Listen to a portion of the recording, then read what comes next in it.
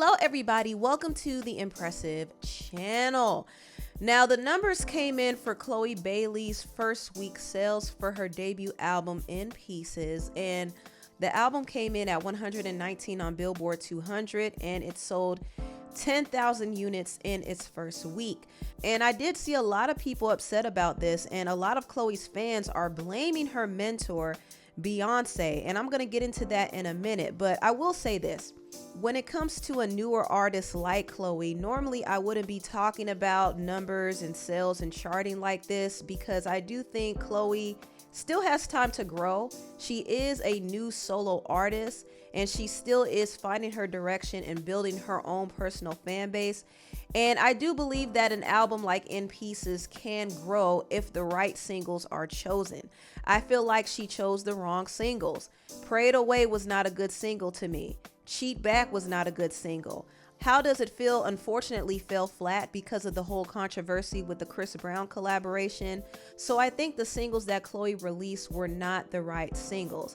Now I have streamed this album several times. I've listened to it, and I'll tell you the strongest songs on the album, in my opinion, are Body Do, In Pieces, and I Don't Mind. Body Do should have been her first single. It's up-tempo, it's catchy. She could have had a cute little video to go with that. Also, In Pieces is a great ballad that can be pushed on pop radio.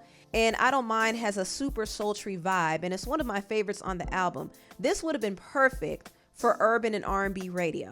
So I think if her team focused on these three singles, her album might have had a different outcome. Also, I think it was a huge misstep for Chloe to exclude her other popular singles like Have Mercy, Surprise, Treat Me, and For the Night. I think those songs should have been a part of the album as well because it definitely would have helped the first week's sales. So those are just my thoughts on that. Now, a lot of fans are not too happy with Chloe's mentor Beyonce because they feel like Beyonce has not done enough to promote her album In Pieces. Now, for those who don't know, Chloe is signed to Beyonce's management company, Parkwood Entertainment, and she's also under Columbia, which is the same label Beyonce is signed to. So Beyonce does have quite a bit of influence when it comes to Chloe's career. Now, these were just some of the responses. I'm going to read them here. Beyonce nasty for not promoting Chloe's album. A simple IG repost would have probably gave Chloe a top 50 debut. Mind you, if this was Nicki's artist, they would have dragged her to hell and back. Another person said if Chloe Bailey was Beyonce's daughter, she would have already had mainstream success. When will y'all realize that Beyonce keeping that seat warm for Ivy? She don't care about Chloe's career. This person said Beyonce let Chloe fail on purpose because she doesn't want nobody to surpass her. Another one said it's Beyonce's fault. Once Chloe can do her marketing and promotion how she wants and actually gets good guidance on her music, she'll be just as big as Beyonce. Because when you actually have talent, there's no way you can't be the ish in this industry eventually. Another Twitter user said, Chloe, I'm still very proud of you. Parkwood and Beyonce, y'all made an enemy out of me. This person said Beyonce is so bitter. She could have at least tell her fans to stream Chloe's album. Another one said Beyonce is ruining her career and it's clear Chloe needs to change record labels and management. Another one said, wait, so apparently Beyonce set Chloe up. Beyonce saw the spirit of Sasha Fierce transferring from her body to Chloe's during this video shoot, and she knew the ritual would be complete after she dropped her debut, so she sabotaged In Pieces release to save her career. Chloe should have stayed true to herself instead of having to be forced to be something she is not. Those incompetent label head executives and maybe even Beyonce turned her into an urban mainstream R&B girl, which she has no business being. Chloe abandoned her true audience. Another one said, what a stupid comment. Chloe cannot have it both ways. Either she forges her own path or she rides Beyonce's coattails forever. Parkwood posted her album debut and Chloe has been in 2 movies, a TV show, and countless interviews. So these are some very interesting takes. A lot of people, of course, were blaming Beyonce, but some people feel like Beyonce should not be the blame. I mean, Beyonce hasn't even promoted her album Renaissance that much. She hasn't even dropped visuals. So if she's not promoting herself, how could she really promote her own artist? But I do think the reason why a lot of Chloe's fans are blaming Beyonce is because they feel like she's not advising her correctly when it comes to the music. Because I do remember when Chloe did a poll for her fans to decide which song should she release. She had For the Night and Surprise, and most of her fans chose For the Night. However, she decided to release Surprise because Beyonce told her to. I know what y'all picked about the polls, but when the queen speaks, and that's all I'm gonna say, and that's all that matters to me. So this is just one of the instances where Chloe was kind of going against what her fans wanted, and the fact that Beyonce told her to do that made a lot of her fans kind of distrust Beyonce in a sense. So now they're blaming her for everything. I don't think it's fair to blame Beyonce though, and I'm going to tell you why. Beyonce might not have promoted Chloe's album, but she has definitely given her all of the resources she needs to get herself out there.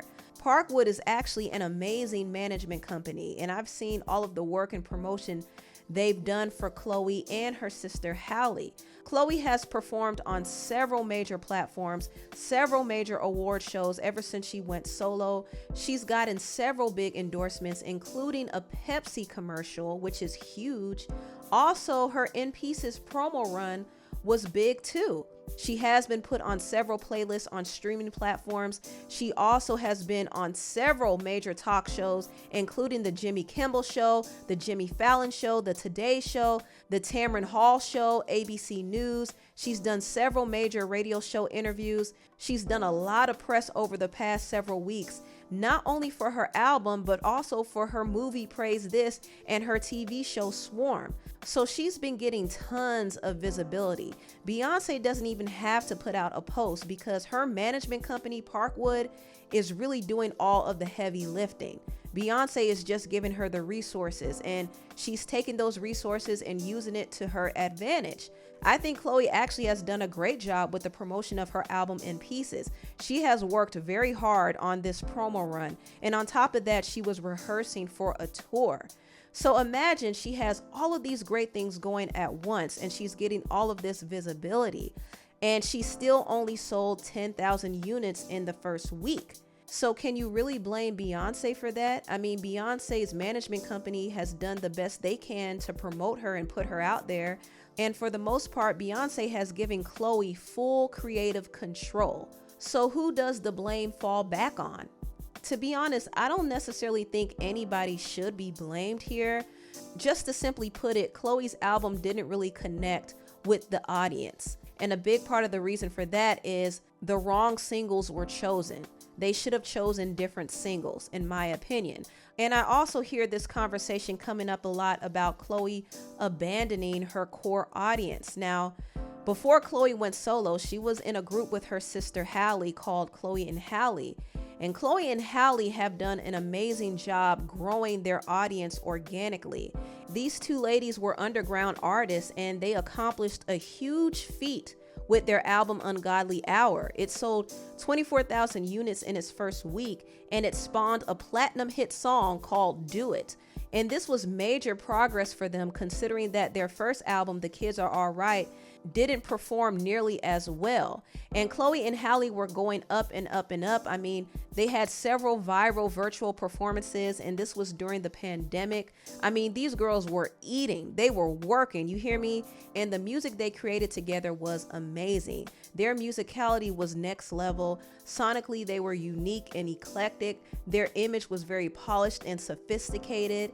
They were cutting edge, but still relatable. They were just at a different level. And the fact that they both were writing and producing on their own projects really spoke to how musically gifted and genius they were.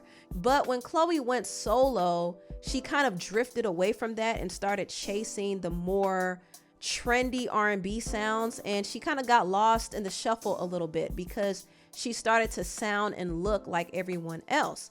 And some people even felt like she was looking too much like Beyonce. So I think Chloe had a difficult time trying to find her identity, and she was doing what she thought other people wanted from her. And in the process, she was alienating her core fan base. So that's kind of what happened. I think she lost the audience that she initially had when she was in the group Chloe and Halle. And right now she's trying to tap into a new audience. So it's been a really rocky transition for Chloe, and I think Chloe is just trying to find her way at this point. Now, after all the conversation surrounding her sales hit the net, Chloe did respond and say, "In Pieces was about letting go and trusting myself. I've enjoyed every moment of it and love everyone who listened to it. Tour starts tomorrow in Chicago, and I'm so ready to perform these songs for y'all." So Chloe still has a very positive outlook, and I'm glad that she's staying positive.